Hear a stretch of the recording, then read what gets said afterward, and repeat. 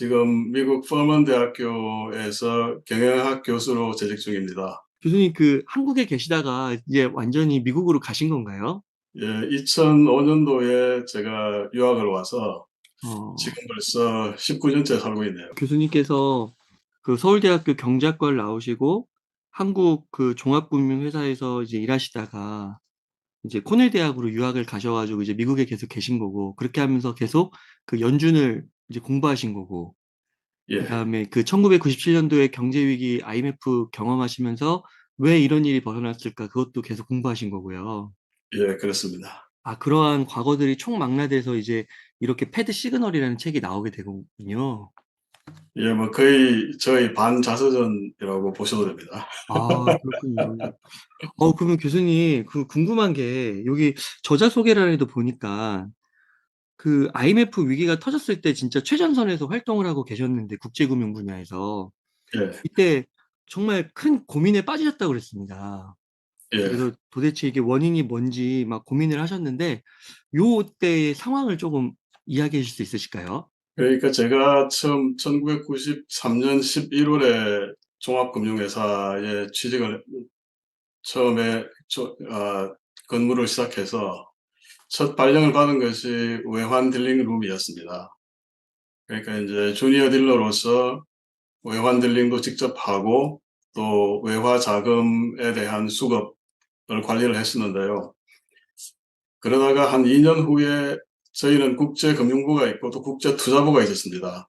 그래서 국제투자부로 이동을 해서 동남아시아 채권 그리고 동남아시아 대출 그런 업무들을 했습니다. 그 당시에 이제 동남아시아 태국이나 인도네시아 같은 경우에는 일종의 투자 붐이었었거든요. 그래서 국제 자금들이 물밀듯이 들어왔고 그 당시 태국을 소개한 책자, 그 전체 태국 경제라든지 태국 금융기관 기업에 대해서는 칭찬 일색이었죠. 어, 그래서 저희들도 안심을 하고 투자를 시작했었는데 한 불과 2년도 채 지나지 않아서 태국이 먼저 금융위기에 들어갔죠. 그러니까 음, 바트화 위기가 터지면서 금융위기 들어가고 인도네시아도 따라 들어갔고 그러면서 저도 당시에 이제 태국에 있는 저희 채권을 회수하려고 실제 채권 1,500만 불짜리 채권을 들고 채권 발행한 철강회사를 방문하기도 했었거든요. 현재 변호사하고 철강회사를 방문하기도 하고 그 당시만 해도 한국 같은 경우는 예외적일 것이다. 그러니까 태국과 한국을 동일선상에 놓고 볼 수는 없다. 그러니까 저희들은 마치 강 건너 불구경하는 입장, 뭐 그런 입장에서 훈수를 들고 그랬었죠. 네, 그러니까 빨리 니네가 잘해가지고 국제금융시장에 복귀를 해서 우리 돈을 갚아야 되지 않겠느냐. 그게 우리가 IMF 외환위기에 들어갔던 불과 3, 4개월 전이었거든요. 그러니까 IMF라는 것이 전혀 예상치 못했던 돌발적인 사태였다라는 것이죠. 어, 대부분의 어떤 국제 투자 전략가들이라든지 국제금융 전문가 또 외환시장 전문가들은 한국이 IMF 들어가리라고 당시 예상을 안 하고 있었습니다. 그러면서 한국이 IMF에 갑자기 들어갔죠. 그래서 네, 다시 이제 국제금융부로 복귀를 해서 이제는 저희 그 회사의 외환 포지션을 관리하기 시작했죠. 그러니까 자산은 이제 뭐 외화 리스가 주된 부분인데 10년, 15년짜리 장기 자산이 있고 그 대출은 3개월, 6개월짜리 단기 대출인데 대출들이 다 끊겨 나가지 않습니까? 이제 우리나라 신용도를 잃었으니까 롤오버를 안 해주고 끊겨 나가니까 이제 자산과 부채 사이에 엄청난 갭이 발생하는 거죠. 그러니까 일종의 롱 포지션이 되는 거죠. 그래서 그걸 관리를 하기 위해서 운이 좋게 1996년에 한국선물거래소가 문을 엽니다.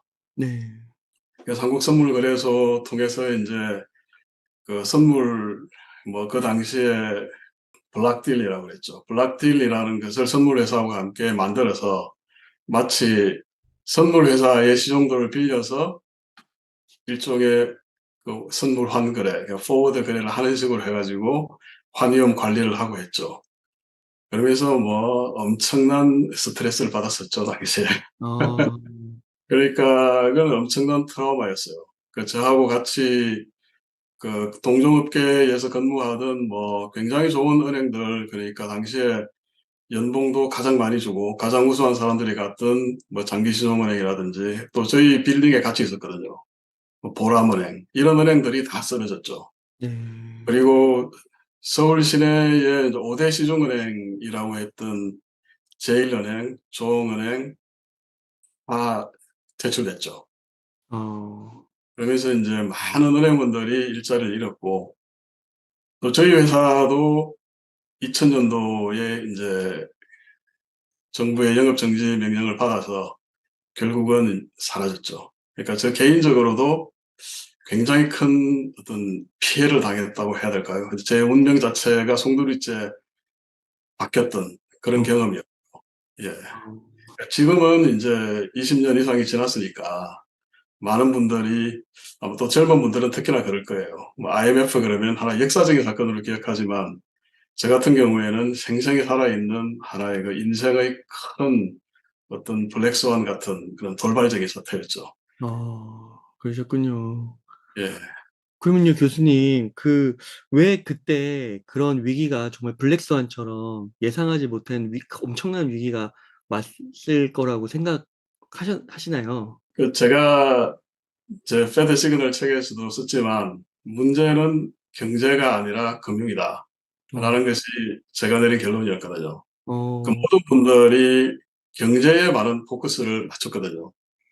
그러니까 우리나라가 거시경제의 체질이 취약해지면서 외국인들의 투자자들의 신뢰를 상실했고, 투자자들이 우리나라 자산을 팔고 떠나면서 환율이 치솟고 원화가 약세로 가고 외환 위기가 왔다. 그렇게 보는데, 제가 생각할 때는 물론 당시 경상수지 적자가 누적이 되면서 경제 체질이 약화됐던 것은 사실이었죠. 그렇지만 그게 하루 이틀의 문제가 아니었거든요. 우리나라 같이 외자를 도입해서 고도 경제 성장에 투입했던 나라들은 경상수지 적자가 만성적이었고, 1997 년도 같은 경우에는 또 경상수지 적자가 호전되고 있었습니다. 경기가 어느 정도 바닥을 치고 좋아지고 있었는데 갑자기 금융위기에 들어간 거죠. 네. 그러니까 많은 것들이, 많은 악재들이 동시에 모이고 하면서 투자자들의 신뢰가 바닥에 떨어졌던 거죠. 거기다가 인제 당시 뭐 일종의 비선실세라고 해야 되나요? 어쨌든 대통령의 둘째 아들이 한부 사태와 관련되면서 또 구속되고 그런 일도 있었거든요. 인제 정부가 당시에는 막강한 힘을 가지고 어떤 금융권의 문제를 아주 단기간에 아주 쉽게 해결해 나가던 상황이었는데, 이것들이 복합적으로 작용하다 보니까 일종의 정부 자체가 컨트롤 타워 역할을 제대로 못했고, 그러니까 민간 금융기관들, 특히 종금사들이 서로에 대한 어떤 신뢰, 그러니까 트러스트가 금융의 핵심인데 그것을 상실했던 것 같아요. 그래서 종금사들 같은 경우에는 기업이 이 커머셜 페이퍼 CP라고 해서 기업어음을 발행하면 그 기업어음을 인수를 해서 그것을 가지고 또 예금을 받고, 그래서 인제 대출을 해 주는, 근데 그 기업음으로 인한 대출 규모가 은행의 대출 규모를 능가했던 시절이었거든요. 종금사들이 만약에 그 기업음들을 돌려버리죠. 연장을 안 해 주고 돌려버리면 바로 그 기업은 부도가 나는 거죠. 그렇게 인제 뭐 한보가 부도가 나고 기아가 부도가 나고 뭐 기라성 같은 미도판이 하는 대기업들이, 대재벌들이 한두 달이 멀다 하고 계속 부도가 났죠. 네. 그러면 뭔가 정부가 잘 해 줬으면 당시에 아마 IMF로 안 갔을 겁니다, 제가 생각할 때는. 음. 그런데 계속 투자자들이 신뢰를 회복할 수 없는 그런 악재들만 계속 쌓이고, 그런데 인제 당시에 경제 관료들, 뭐 장관들이나 이런 분들은 "괜찮다." 뭐 어디서나 그렇게 이야기하지 않습니까? 금융위기가 오기 전까지는, 불과 한 달 전까지도 "우리나라는 펀더멘탈이 튼튼해서 괜찮습니다." 이렇게 이제 대통령에게 보고를 하고, 대통령도 또 까맣게 거기에 대해서 모르고 있고. 그런데 그러다가 해외 투자자들이 이제 한국에 대한 신뢰를 결정적으로 잃어버리게 된 사건이 있었죠. 그게 이제 종금사에 대한 무더기 종금사 전환 인가였거든요. 그러니까 그전에는 이 기업들의 기업어음을 인수해서 단기 대출을 해주던 것들이 단자 회사라고 했습니다. 그러니까 정식 이름은 무슨 투자금융회사 이렇게 됐었죠. 그 1등이 어디냐 하면 한국투자금융. 그것이 지금 하나은행이 된 거거든요. 네. 그러니까 한국투자금융의 대주주는 장기지원은행이었어요. 그러니까 2등이 한양투자금융인데 그 한양투자금융이 보람은행이 됐었고 그 보람은행이 하나은행에 인수가 됐었죠. 합병식으로 인수가 됐었고 그러니까 우리가 그냥 줄여서 단자회사라고 했었는데 그 단기 자금 회사들이 경쟁이 치열하면서 이제 경제 성장률이 떨어지고 경쟁이 치열하니까 뭔가 먹거리를 찾아서 정부에다가 로비를 한 거죠. 문제가 뭔가 하면 정부는 지금도 그런데 금융정책을 담당하는 정부는 자신들이 뭔가 금융산업을 키워줘야 된다, 먹여 살려야 된다라고 하는 그런 어떤 생각을 가지고 있는 것 같아요. 그래서 제가 생각할 때는 금융산업은 알아서 커야 되고 정부는 거기에 대해서 또 개입을 절제하고 뭔가 룰만 만들어서 감독만 해주면 되는데 그때도 로비를 받아서 제가 들어갔던 종금사를 비롯해서 당시 종금사는 선발 종금사라고 해서 6개사밖에 없었죠.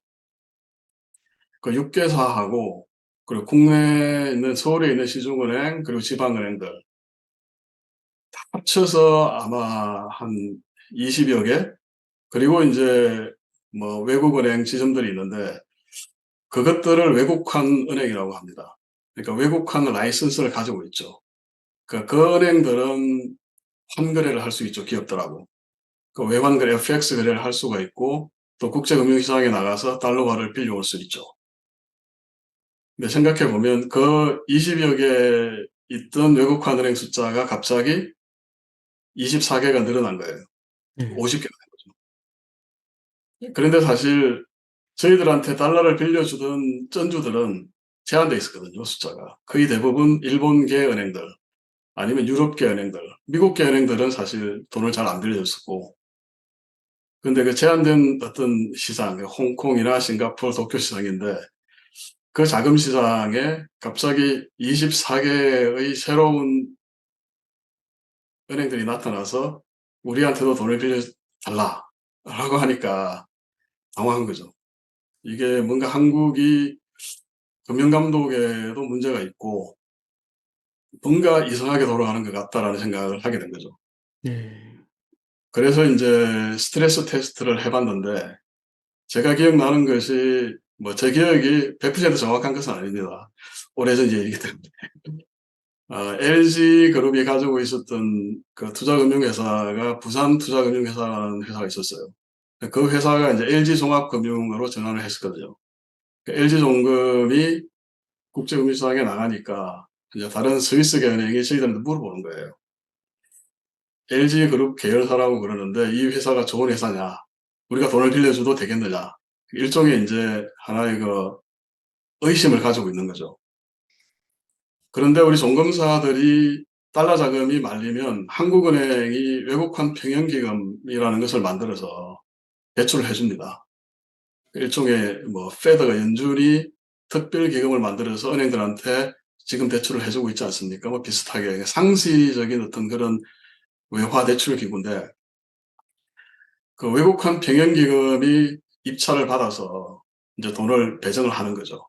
그러면 그 금리를 로이터라든지 블룸버그가 이제 "오늘 외국환 평형기금 채권의 금리가 이렇게 나왔습니다."라고 고시를 하거든요. 보도를 하는데 갑자기 제 기억에 그게 100%인가 그렇게 한번 나왔던 것 같아요.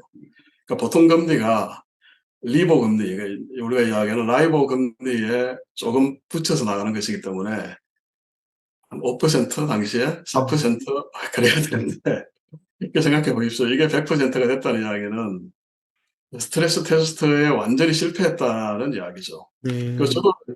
저도 충격을 받았던 게 '왜 이런 기사가 여과도 없이 나갈 수 있지?'라는 생각을 했었거든요. 네. 아마 그 순간이 도화선이 됐던 것 같아요. 그러니까 '한국의 금융기관들이 돈을 못 빌리고 있다. 달러 유동성에 크나큰 문제가 생겼다.'라는 소문이 급격하게 퍼져나갔죠. 네. 그러면서 패닉에 빠지기 시작하는 거죠. 더 음. 이상 롤업은 안 해 주고 돈을 인제 회수만 하기 시작하고. 그러니까 그렇게 되면 저희 입장에서는 또 돈은 갚아야 되니까 부도가 안 나기 위해서는. 그 외화 자금을 어떻게 갚겠어요. 사서 갚아야 되죠 이제는 못 빌리면. 그러니까 네. 원화를 가지고 와서 원화를 외환시장에 가서 원화를 주고 달러를 사죠. 그 누구나 그렇게 하면 당연히 달러 가격이 올라가지 않습니까? 네.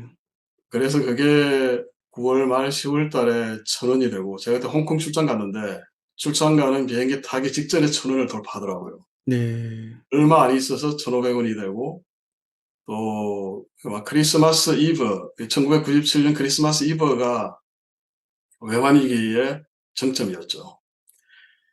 크리스마스 이브 날 뭐 저희 고향 친구들이 모여서 그때 식사를 하고 있었는데 지금도 잊지 못해요. 그 크리스마스 이브는 가장 중요한 크리스마스 이브였던 거예요. 지금의 JP 모건과 같은 역할을 하던 글로벌 은행 1 위가 시티은행이었거든요. 당시에는 시티그룹이 제일 잘 나갔어요. 그때 그 당시 행장이 저기에 행장인데 그분이 주도가 돼서 "한국 금융기관들 은행에 대한 만기를 연장해 주자."라고 결정한 날이 크리스마스 이브였어요, 네. 한국 시간으로. 그러니까 정말 커다란 선물이었죠. 그러니까 네. IMF에서 구제금융을 받기로 했지만 그것은 정부가 받는 것이고 금융기관들의 외채 만기가 연장이 안 되면 계속 금융기관들이 부도가 나고 외환위기에서 벗어날 수가 없는 거죠. 근데 네. 그것을 당시에 월가가 해 줬었죠. 그날이 2천 원을 돌파한 날이었어요. 그 네. 뉴스가 나오기 직전에. 아. 역사상 최고점이었죠. 아. 그러면서 인제 다소 뚝뚝뚝 떨어지게 하겠죠. 근데 환율이 오르면 또 한국 주식이나 채권 아니면 다른 자산에 투자했던 투자가들은 또 환차손을 보니까 원화가 약세로 가면 자산 사이드에 인제 가치가 떨어지니까 또 그분들도 또 손절하기 위해서 다 팔고 나가고 그러니까 음. 뭐 주가는 아마 그날 283 포인트인가 뭐 280 포인트대까지 빠졌을 거예요. 아. 그러다가 또 급격하게 한번 회복됐다가 그게 아마 550 포인트까지 회복됐다가 또 273 포인트대까지 밀리고 뭐 그렇게 했었죠. 그러니까 안 터질 수도 있고 또 터질 수도 있는데 미nsky 모멘트라는 게 있지 않습니까? 그러니까 네. 하이만 미스키라는 이제 미국의 약간 비주류 경제학자죠. 그러니까 그분이 인제 어떻게 버블이 형성되고 또 버블이 터지면서 금융위기로 갔는지 잘 이론화시켰죠. 그러니까 인제 결국은 뭔가 어떤 계기가 돼서 투자자들이 인제 역포모죠. 포모가 아니라 역포모에 의해서 공포에 질려서 던지기 시작할 때 그때가 인제 버블이 터지는 순간인데 아시겠지만 주가의 가장 큰 호재는 가장 많이 내린 것이고 네. 주가의 가장 큰 악재는 가장 많이 오른 것 아닙니까? 그 버블이라는 것은 많이 올랐다는 이야기죠. 그러니까 언제든지 터질 수 있는 상태이기는 하죠. 근데 네. 그게 인제 어떤 하나의 그 기폭제 역할을 하는 그러니까 민스키는 그걸 어떤 티핑 포인트라고 했었는데 어떤 티핑 포인트가 되는 순간 뭐가 될지 그것은 알 수가 없죠. 음. 우크라이나 전쟁이 될 수도 있었고 하마스가 될 수도 있었는데 뭐 바이든이 또 워낙 여우같이 잘 대응하지 않습니까? 저는 그렇게 보거든요. 교수님 그러면 미국에서 보실 때 대한민국의 금융은 안전한가? 이 예. 질문에 좀 답변 부탁드리겠습니다. 그러니까 한국을 바라보는 어떤 그 두 가지 시각이 있는데 하나는 굉장히 부러운 국가로 보죠. 그러니까 오버롤 전체적으로 볼 때 한국은 정말 잘 나가는 나라입니다.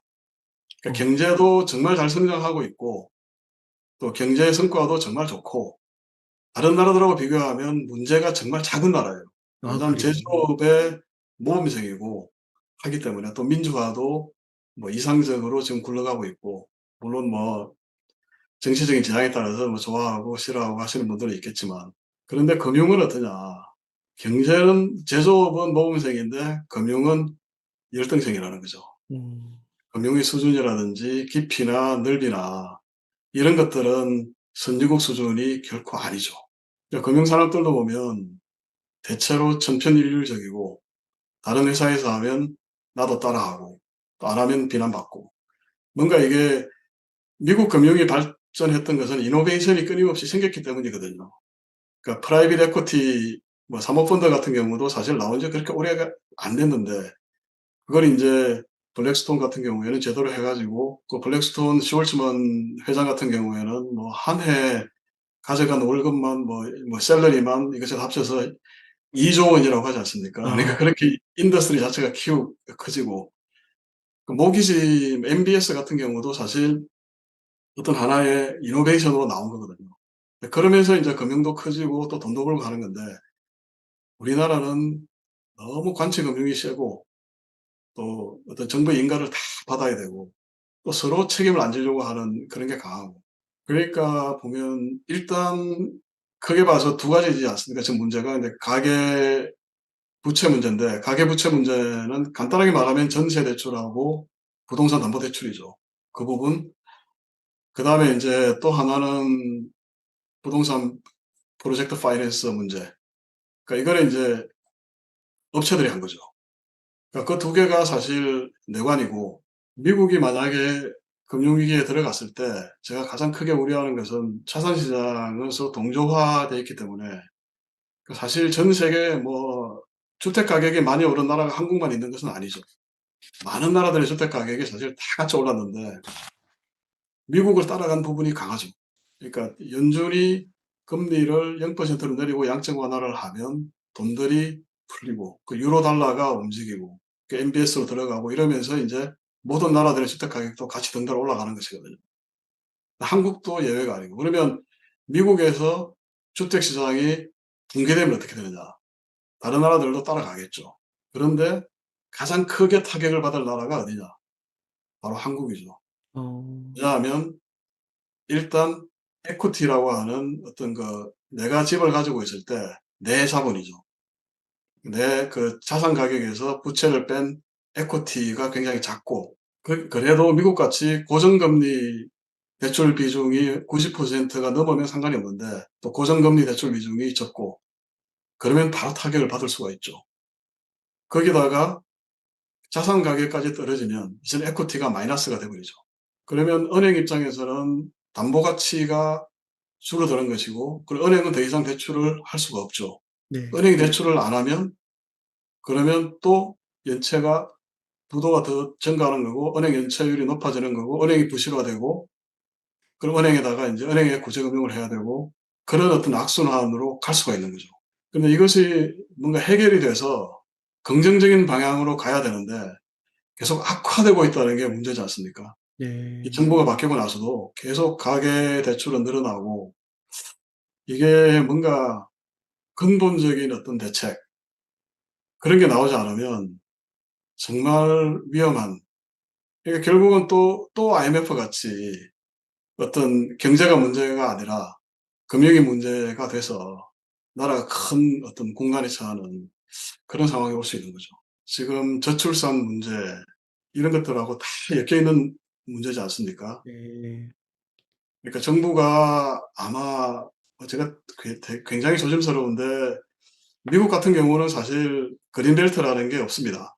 그래서 이 주위의 어떤 산들을 보면 산 꼭대기까지 집들이 점점이 다 박혀 있거든요.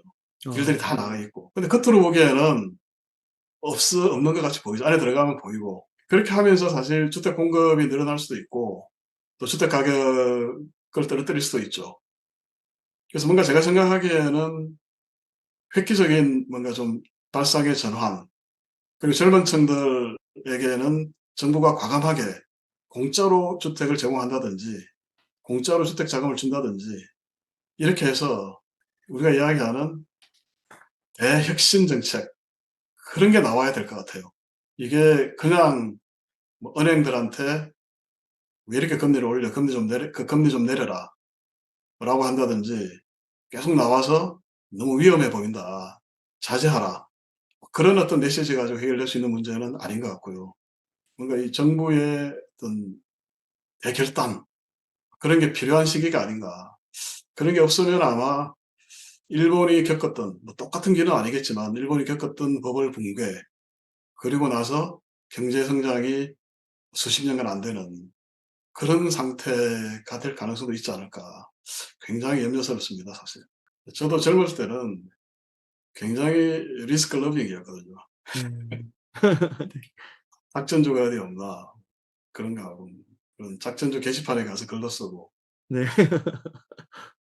그러면서 그때만 해도 뭐 한국에 있을 때만 해도 그 주식 전문가들이란 분들의 어떤 이야기들이 어떻게 세력주를 찾아낼까? 어떻게 세력주에서 살아남느냐? 뭐 그런 게 많았죠. 사실 작전주는 하면 안 되지 않습니까? 네. 비슷하게. 왜냐하면 세력들이 정부에서 앞서고 돈에서도 앞서기 때문에 개미들이 이길 수가 없죠. 마찬가지죠.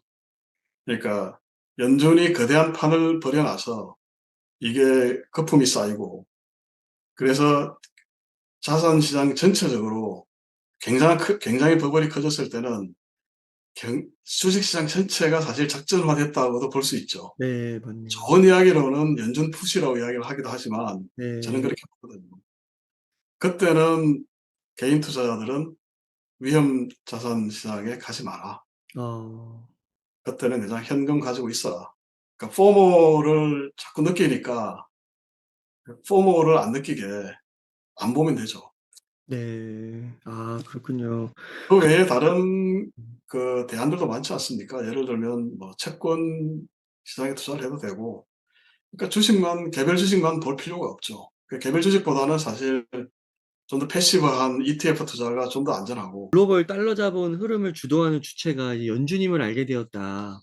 예 어떻게 보면은 이런 현상들의 가장 근본적인 원인에 연준이 있는 건가요? 그렇습니다. 우리나라 네 한국 경제 위기에도 연준이 관련돼 있다고 봐야 되는 거예요? 저는 이런 음모론이 있거든요. 네. 당시에 우리나라를 외환 위기로 들어가게 승인을 한 것, 승인 내지 방조를 한 것이 빌 클린턴 대통령이었다라고 어. 하는 음모론이 있고 상당히 일리가 있다고 생각하고 있습니다. 왜냐하면 그 당시에 우리나라 경제의 돈줄 역할을 했던 것은 일본이었거든요. 그러니까 일본도 부동산 버블이 붕괴되면서 상황이 안 좋았죠. 금융위기 비슷하게 들어가고. 그렇지만 일본은 당시에 뭐 워낙 잘 나가던 나라였지 않습니까? 지금 중국보다 비견될 정도로 잘 나가고 있었죠. 그러니까 거기에 비하면 우리나라 경제는 굉장히 규모가 작았었거든요. 일본 정부가 마음을 먹으면 한국이 금융위기에 들어가지 않게 충분히 막을 수 있었죠. 어. 그래서 김영삼 대통령도 당연히 일본에 전화를 했겠죠. 일본 총리한테 전화를 하고 했는데 옛날 같으면 다 해줬거든요. 옛날 금융위기 때는 어떤 사우디나 일본이나 나서서 해결해 주고 했었는데 그때는 거절을 당했습니다. 그러니까 그 이유를 어떤 사람은 그러니까 독도 문제가 터졌을 때 아마 교과서 문제인지 독도 문제가 터졌을 때 김영삼 대통령이 일본의 버르장머리를 고쳐주겠다. 뭐 그런 이야기를 하셨대요. 그래서 일본 기자들이 대체 버르장머리가 뜻이 뭐냐라고 네. 해서 자기들끼리 사전도 찾아보고 했는데 일본은 뭐 나름 또 예의를 중시한 나라니까 마땅한 번역이 없었는데 알고 봤더니 굉장히 안 좋은 이야기인 거예요. 어떤 나라가 어떤 나라한테 할 수 있는 그런 이야기는 아니었던 거예요. 그래서 일본이 굉장히 이제 시체말로 열이 받아서 그랬다. 그것은 그런 이야기 하나가 있고 또 하나는 북핵 문제인데 저희가 1995년도쯤에 스위스은행 그러니까 지금은 이제 흡수합병돼서 사라졌던 스위스의 주된 은행이 저희들한테 갑자기 외화 대출 크레딧 라인을 줄이겠다는 거예요. 한 5천만 불 됐는데 그걸 거의 5분의 1 수준인가로 줄이겠다. 그래서 이게 무슨 소린가. 지금 우리 태평성대인데 나라도 잘 나가고 물론 삼보백화점도 무너지고 성수대교도 붕괴되고 하지만 아니 그런 것 때문에 그러지는 않을 것 같고 솔직히 말해 봐라. 왜 그러느냐. 전화를 했더니 북핵 문제다. 그때만 해도 국민들은 북핵 문제가 그렇게 심각한지 몰랐어요. 그냥 뭐 항상 하는 소리겠지 그랬는데 뒤로는 굉장한 일들이 벌어지고 있었던 것이에요 사실은. 그러니까 빌 클린턴이 국가안보 회의를 소집해서 북한에 대한 폭격을 가하기 일보 직전이었죠. 물론 마지막 희망을 걸고 지미 카터를 대동강에 보내서 평양에 보내서 대동강에서 김일성과 낚시하면서 타기를 봤지만 그때만 해도 빌 클린턴은 슈퍼파워였지 않습니까? 당시에 미국의 입장이 거의 슈퍼파워였거든요. 역사상 유례없는 일극체제였을 거예요, 아마. 어느 나라도 미국한테 감히 대들지 못하는. 그러니까 빌 클린턴이 뭐 중국을 방문하면 거의 홍제 대접을 받았죠. 그러니까 빌 클린턴을 위해서 만리장성까지 무슨 6차선 도로를 나왔다. 뭐 그런 이야기도 있고. 그런 상황에서 김영삼 대통령이 빌 클린턴을 무시한 거예요. 그러니까 빌 클린턴이 한국에 왔을 때도 약간 뭐랄까 젊은 친구가 귀엽네 하는 식으로. 그러니까 조깅을 같이 하면서 "내가 더 조깅 잘해." 그러면서 인제 조깅 실력을 뽐내고. 그러니까 뭔가 약간 인간적인 어떤 그런 불협화음도 있었던 것 같고 결정적으로 "우리는 절대 전쟁에 나면 안 돼." 그러면서 강하게 반발을 했었던 거죠. 그런데 클린턴이 생각할 때는 전략적으로 이때가 사실은 북한을 공격해서 통일을 시킬 수 있는 절호의 기회였고 이분임을 모르는데 너무 강하게 나가고 그렇다고 해서 그 뜻을 거슬릴 수도 없으니까 뜻은 접었는데 기분은 나빴던 거죠. 그러면서 '한국의 버르장머리를 고쳐줘야 되겠다.' 그 결과가 IMF였다. 그런 이야기도 있습니다. 그리고 또 하나는 당시 빌 클린턴 같은 경우는 일종의 자유무역론자거든요. 그러니까 프리메이슨이라는 이야기도 많죠. 그러니까 프리메이슨이 일종의 세계 단일 정부를 지향하면서 국경을 없애고 전 세계가 자유롭게 투자하고 또 교역하면서 같이 번성하자. 뭐 그런 게 있었거든요. 그러니까 그래서 이 사람이 인제 북미 자유무역협정 나프타에도 사인을 하면서 미국도 피해를 많이 봤죠. 그러니까 미국에 있었던 많은 제조업 공장들이 그때 멕시코로 다 옮기고 뒤에는 중국으로 옮기고 그러면서 미국 제조업이 죽은 것이었거든요. 그때 빌 클린턴 이야기는 "우리는 굳이 제조업이 필요 없다. 우리는 뭐 서비스 검증만 해도 먹고 사는데 문제가 없다. 어. 그러면 다른 개발도상국, 특히 한국같이 성장하는 경제에 자유롭게 투자하고 드나들 수 있는 그런 장치가 필요했을 것 아닙니까? 그러니까 네. 서비스 금융에 대한 개방. 근데 말을 안 듣죠, 한국 사람들이. 극약 처방이 IMF죠.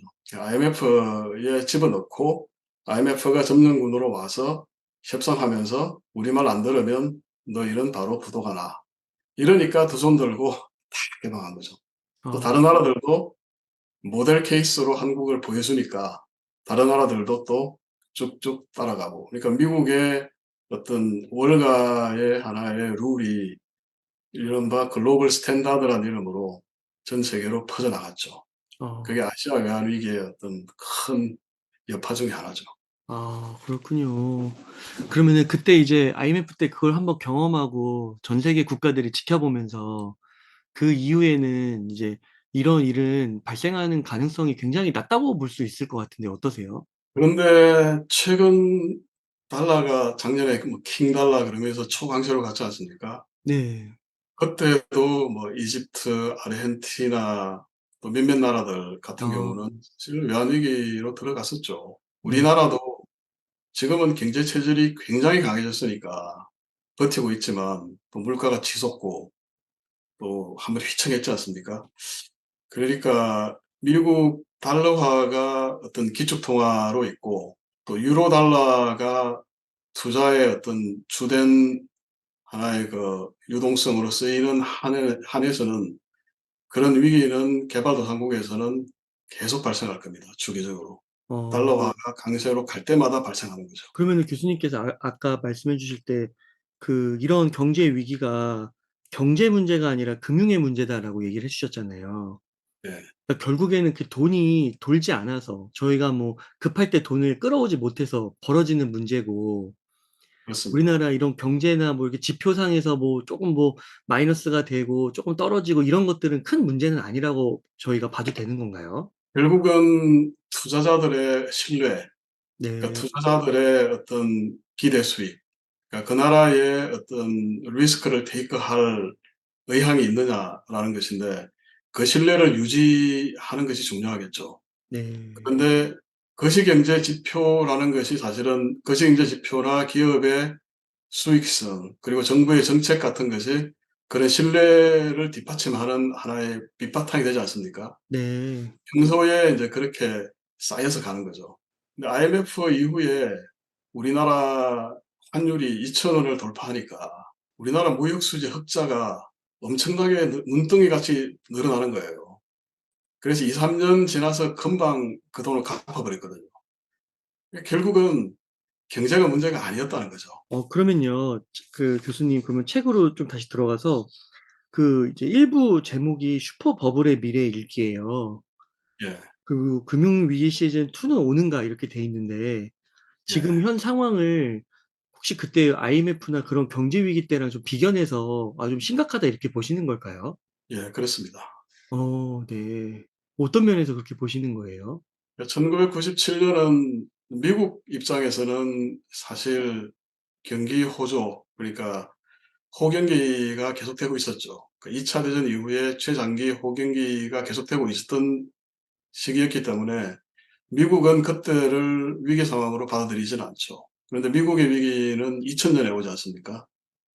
그러니까 닷컴 버블이 붕괴가 되고, 그리고 나서 9.11이 터지고, 또 엔론 회계 부정 스캔들이 터지고 하면서 한번 위기가 왔고, 그리고 그 위기를 잠재우기 위해서 연준이 금리를 6%에서 그 당시까지는 뭐 거의 초유의 저금리인 1%로 내렸죠. 그랬더니 또 부동산 시장에 그 유례없는 버블이 끼면서 서브프라임 또 모기지 금융위기가 오고, 그것이 이제 글로벌 금융위기로 가고, 코로나 팬데믹이 왔던 2000년, 2001년도 제가 생각하기에는 비슷한 상황이라고 생각하거든요. 그러니까 9.11이 터지고, 그리고 엔론 사태가 터지면서 경기 침체가 오니까 그걸 극복하기 위해서 연준이 급격하게 금리를 내렸는데, 마찬가지로 예상 못했던 코로나 팬데믹이 터지고, 그리고 나서 1930 년대 대공황에 버금가는 경기 침체가 발생하니까 그걸 막기 위해서 어마어마한 유동성을 투입했죠. 그 당시에도 오바마 정부는 재정으로, 또 연준은 또 금융으로, 통화 정책으로 유동성을 투입했는데, 근데 이번에 강도가 훨씬 셌죠. 그러니까 당시에는 부동산 시장에 엄청난 거품이 생겼고, 그리고 뭐 주가도 올랐지만 또 주식 시장의 거품은 그렇게 크지는 않았는데, 이번 같은 경우에는 on every corner, 그러니까 자산시장 모든 분야에 버블이 끼지 않은 분야가 없게 됐죠. 어. 예, 암호화폐 시장, 부동산, 주식, 심지어 채권, 전부 다 버블이 끼었는데, 그 버블의 정도가 과거의 어느 때와 비교할 수 없을 정도로 셌죠. 아마 주식시장의 버블은 1920 년대 급등했던 그 당시하고 비슷한 것 같고요. 부동산 시장도 최악의 상태라고 하던 2006 년도보다 훨씬 더 급격하게 부동산 가격이 올라갔죠. 그러니까 그런데 제가 생각할 때는 버블은 반드시 터질 수밖에 없고, 네. 버블이 터지면 어쨌든 경기 침체로 가고, 근데 경기 침체로 가면 금융기관들이 무너지고, 그러면서 금융위기가 오는 것이죠. 물론 이제 이거 자체가 작용 반작용의 문제이기 때문에 정부가 어떻게 대응하느냐에 따라서 사실 조그마한 위기에 끝날 수도 있고, 찻잔 속의 태풍으로 그칠 수도 있고, 아니면 거대한 위기로 갈 수도 있고. 그러니까 1997 년도 한국 정부 같은 경우에는 정말 대응을 잘못했었던 것이고, 지금 바이든 행정부 같은 경우에는 정말 여우 얄미울 정도의 머리 좋은 여우 같이 어떤 위기를 살금살금 잘 빠져나가고 있죠. 그러니까 어. 바이든이 치매 아니냐, 나이가 너무 많아서 문제가 있다, 잘 넘어진다 이렇게 이야기하지만 제가 볼 때는 30대 초반에 상원의원이 되고 그러면서 권력의 핵심부에서 굉장히 오랫동안 지켜봤던 그 경륜이 그대로 묻어나는 것 같아요. 그러니까 어. 실리콘밸리나 시그니처 은행 위기가 사실은 굉장히 큰 위기고 저도 그 당시에 아마 이게 미국의 금융위기의 어떤 시발점인 것 같다라고 생각을 했었는데 뭐 현행법, 그 예금자 보호법을 정면으로 위반하면서 정부가 특별 명령으로 꺼버린 거거든요. 그리고 또 연준도 특별 기금을 만들어서 사실 변칙적으로 은행들에게 대출을 해 주면서 이 위기를 봉합을 하고 있죠. 그런데 과연 이대로 진화가 잘 될까? 음. 아직까지는 열린 의문입니다. 아. 아직까지 저는 '은행 위기는 끝나지 않았다. 어. 언제든 다시 재정화할 수 있다.'라고 보는 입장이죠. 어. 그러면 정부와 연준이 지금까지는 그래도 여우처럼 잘 막아 놨는데 예. 앞으로는 삐끗할 수 있다고 보시는 거예요? 그렇죠. 그러니까 내년에 선거가 있고 그 선거가 있으면 인제 모두 다 관심들이 바이든 재선 여부, 그러니까 표를 어떻게 얻을 것이냐에 다 쏠려져 있고 또 만약에 뭐 바이든이 재선이 안 되면 트럼프가 될 텐데 그러면 또 정책 기조가 완전히 바뀌지 않겠습니까? 네. 그러면 일사불란하게 어떤 잘 대응해 왔던 거기서 균열이 생길 수밖에 없죠. 그리고 인제 이제까지 말씀드렸던 것은 사실 제도권 금융기관, 은행권에 대한 이야기인데 사실 더 심각한 것은 비제도권에 있거든요. 우리가 이야기하는 그 그림자 금융이라고 하는 섀도우 뱅킹 분야, 그러니까 인제 프라이빗 에퀴티라고 하는 사모펀드, 그리고 프라이빗 크레딧이라고 하는 사모 대출 분야, 그런 분야들이 과거 종금사가 은행의 여신을 능가하듯이 그렇게 커졌습니다 지금 미국 경제에서. 어. 그런데 인제 연준이나 재무부나 연방예금보험공사 같은 경우에는 뭐 '그쪽은 우리 제도권이 아니니까 우리가 신경 안 써도 돼.' 그렇게 생각을 하거든요. 그런데 그쪽에서 터지면 마찬가지로 은행권에서 터진 것과 똑같이 경제에는 악영향이 가지 않습니까? 근데 그쪽이 인제 상업용 부동산에 집중적으로 투자를 많이 했죠. 그러면서 거의 뭐 상업용 부동산이 지금 엄청난 지뢰밭이 되고 있죠. 그쪽이 가장 크게 타격을 입고 그리고 지방은행들이 또 타격을 받죠, 상업용 부동산이 무너지면. 근데 이게 약도 없습니다, 상업용 부동산 같은 경우에는. 왜냐하면 코로나 때 그때 재택근무를 하면서 발생한 문제이기 때문에 그러니까 공실률이 엄청나게 많이 발생을 하고 그때 인제 테크놀로지 기술들을 다 쌓아 놨으니까 굳이 지금 다시 빌딩으로 출근하라고 강요할 수가 필요가 없는 거죠. 그래서 연준이 아마 이 고금리를 1년 정도만 유지를 해도 굉장히 상황이 안 좋게 될 겁니다. 어디선가 인제 하나의 기폭제로 터지면 이게 동시다발적으로 무너져 내릴 가능성이 많은데 아직까지는 다행히 안 터지고 있고 하나 터졌는데 그건 제도권이었기 때문에 실제로는 바이든 밑에 있는 브레인하드 경제보좌관이죠. 이 잘 막았죠. 아, 그렇군요. 그러면요 교수님, 그 요즘에 뭐 미디어 보면은 경기 침체 얘기가 나오는 것 같기도 한데 뭐 "경기 침체 뭐 소프트하게 할 거고 잘 네. 넘어갈 거다." 뭐 이런 얘기도 하는데 그럴 가능성이 은 좀 낮게 보시는 것 같으신데요. 어떠세요? 말씀드렸듯이 그럴 가능성도 무시할 수 없습니다, 네. 실제로. 그런데 이제 월스트리트 저널이 한 3 개월에 한 번씩 아니면 6 개월에 한 번씩 경제학자들을 대상으로 해서 경기 네. 전망 설문조사를 하거든요. 불과 몇 개월 전만 해도 경제학자들이 경기 침체의 가능성을 굉장히 높게 봤었죠. 하드 랜딩 가능성을 높게 봤었는데 최근에는 그 정도가 굉장히 줄어들어서 지금은 인제 소프트 랜딩으로 간다는 경제학자들이 굉장히 많이 늘었고 또 주식 전문가들은 대체로 낙관적이기 때문에 주식 네. 전문가들은 뭐 거의 80-90% 이상 '소프트 랜딩으로 간다.' 그렇게 보고 있죠. 그러면 경제학자들이 왜 그렇게 봤느냐 하면 연준이 이렇게 초고강도로 금리를 올렸는데 어떻게 경제가 버티겠느냐. 그런 어떤 기본적인 생각에서 나온 것이었거든요. 그런데 생각보다 훨씬 더 잘 미국 경제가 버티는 거예요. 연준 이제 파월 의장이 이야기했던 대로 데이터 드리븐이죠. 그러니까 현재 데이터가 좋게 나오니까 거기에 따라서 연준 정책도 끌려가지만 경제학자들의 생각도 바뀌는 거죠. 그러면서 대체적으로 지금 어느 정도 합의를 보고 있는 것은 아마 기존의 경제학 이론으로는 설명이 안 되는 것 같다. 어. 이것은 코로나라는 특수 상황이기 때문에 설명이 안 되는 것 같다. 저도 거기에 대해서 동의를 하고요. 그러니까 한때 많이 나왔던 용어가 롤링 리세션이라는 것이거든요. 그러니까 순환적 경기 침체 이론이죠. 그러니까 금리를 연준이 쫙 올리면 경제 전체가 동시에 경기 침체로 쭉 들어가야 되는데 그게 아니라 코로나로부터 회복되는 속도가 각 산업 분야별로 다른 거죠. 그러니까 타격을 굉장히 많이 받았던 어떤 여행, 접객, 뭐 크루즈, 뭐 리테일 이런 업종들은 회복도 늦는 거예요. 그러니까 네. 코로나 때는 굉장히 심하게 타격을 받고 사람들 다 잘라놨는데 또 회복될 때는 이런 쪽은 또 늦게 회복되다 보니까 그 이야기는 이런 쪽은 경기 침체에 안 들어가고 있는 거죠.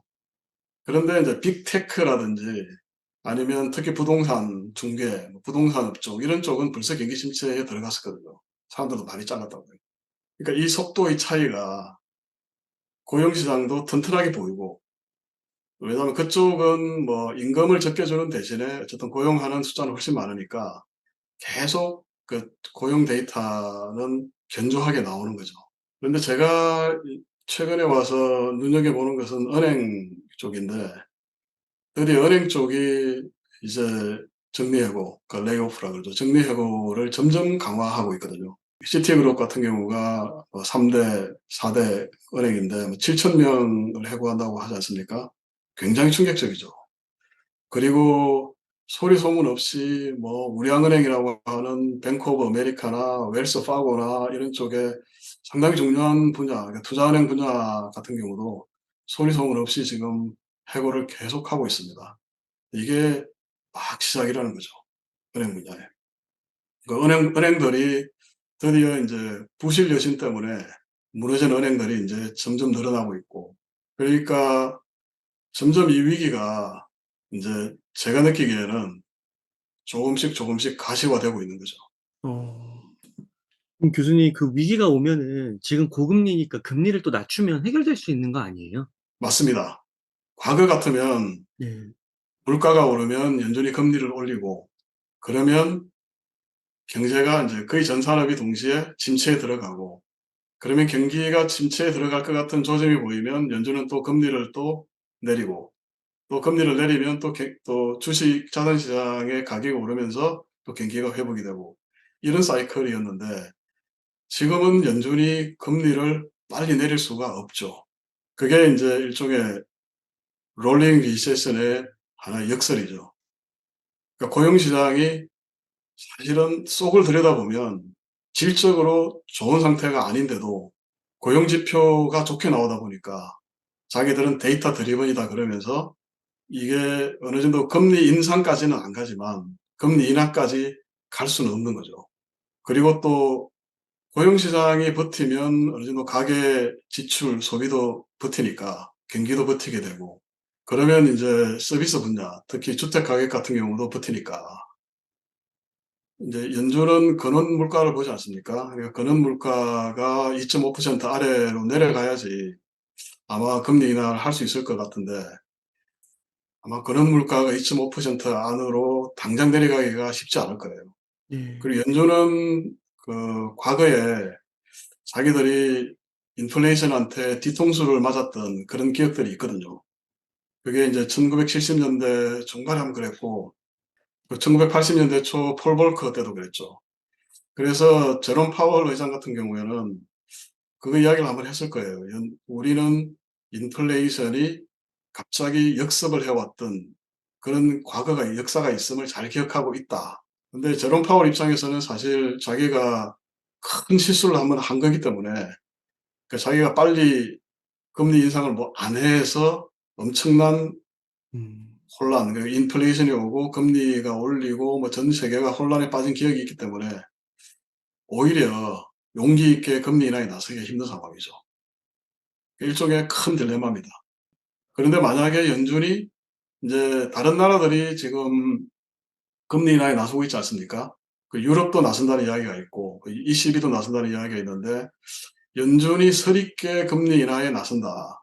그러면 어떤 일이 벌어질까요? 주식시장이 당장 랠리를 할 것이고 또 채권 가격도 내릴 것이고. 근데 미국 경제 같은 경우에는 굉장히 카지노 자본주의적인 성격이 강하거든요.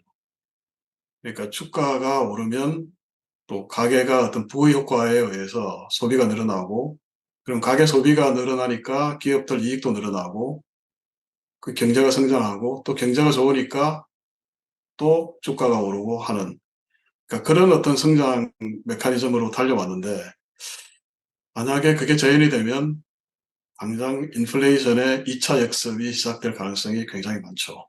그러니까 네. 마이클 버리, 빅쇼트 저자인 마이클 버리가 상당히 오래전에 그 경고를 했었죠. 금년 총가에 그 경고를 했었죠. 자기는 아마 연준이 곧 금리를 내릴 것 같은데 곧 금리를 내리면 또 2차 인플레이션이 시작될 것이다. 그렇게 예상을 했었죠. 그러니까 이게 일방적으로 뭐 어떻게 될 것이다 라고 하기보다는 연준이 어떻게 대응할 것이냐. 그래서 연준 하나가 사실은 종속 변수이기도 하면서 독립 변수이기도 한 것이죠. 그래서 우리가 어떤 연준의 어떤 생각, 연준의 어떤 흐름, 이것을 굉장히 면밀하게 봐야 되는 거죠. 네. 그 위기가 만약에 터진다 했을 때 그 코로나나 뭐 서브프라임 때처럼 또 막대한 돈을 찍어 가지고요. 그 위기를 막고 이러면은 이제 그 순간은 넘어갈 수 있지만 계속해서 인플레나 이런 문제들은 계속해서 누적되고 버블이 쌓이고 있다 이렇게 봐야 되는 걸까요? 그렇습니다. 2008년 이후에 당시에 이제 금융위기가 왔을 때 벤 베ernanke 당시 연준 의장이 양적 완화를 했지 않습니까? 그 양적 완화는 사실은 일본 은행이 했던 것을 학습한 것이었거든요. 벤 베ernanke 의장이 일본을 굉장히 깊이 연구를 해서 이게 이렇게 깊은 경기 침체를 벗어나려고 하면 양적 완화를 해야 된다라고 해서 인제 돈을 찍어내서 마구 풀었던 거죠. 근데 최근 나오는 연구 결과는 사실 양적 완화는 그렇게 크게 경제 성장에 기여한 바가 없다. 오히려 양적 완화를 하는 것은 자산 시장의 유동성만 부풀려서 자산 시장에 가격 거품만 생기게 한다. 아마 그 어떤 생각들이 많이 받아들여지고 있는 것 같아요. 네. 저도 그렇게 생각을 하고요. 그런데 운 좋게도 2008년도 당시에는 그렇게 많이 양적 완화를 하고 또 금리를 0%로 내렸는데도 물가가 오르지 않았죠. 음. 굉장히 이례적인 현상인데 저는 두 가지로 보는데, 네, 가장 중요했던 것은 중국이 어. 디플레이션을 수출을 했죠. 뭐 중국이 디플레이션은 아니었지만 중국이 굉장히 낮게 물건들을 수출하면서 미국 소비자들이 굉장히 싸게 어떤 물건들을 살 수 있었죠. 그러니까 물가가 안 올랐던 부분이 있고, 또 한 가지는 이제 오바마의 공인데, 그러니까 셰일 가스 혁명이죠. 그러니까 미국은 사실 최대의 원유 수입국이었거든요. 그러면서 인제 원유를 수입해야 되니까 사실 이스라엘이나 중동 정세에 굉장히 깊숙하게 관여를 해 왔죠. 또 원유 수입로를 보장하기 위해서 해군력도 증강시켰고.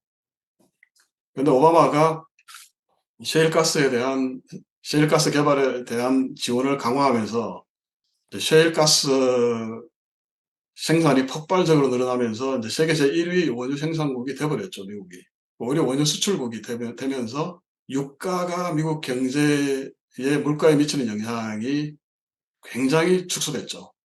이제 최근에도 마찬가지거든요. 최근에도 우크라이나 전쟁 이후에 인제 원유가가 배럴당 150불 위로 올라가면서 큰 어떤 인플레이션이 왔지만 바이든이 바로 전략 비축률을 엄청나게 풀면서 해결해 나간 거거든요.